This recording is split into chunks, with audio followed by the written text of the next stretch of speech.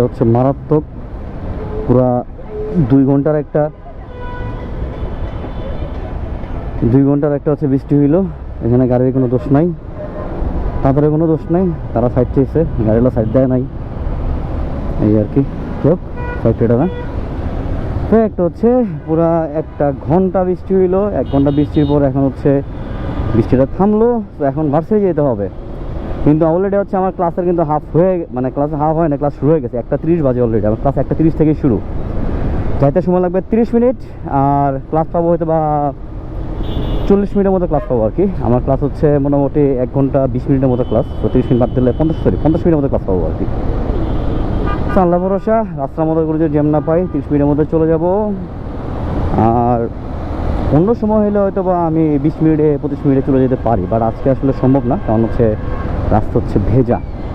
এখন হচ্ছে আমার ফ্রেন্ডকে পিক করতে হবে, ও এখানে দাঁড়ায় আছে 1 ঘন্টা যাবত।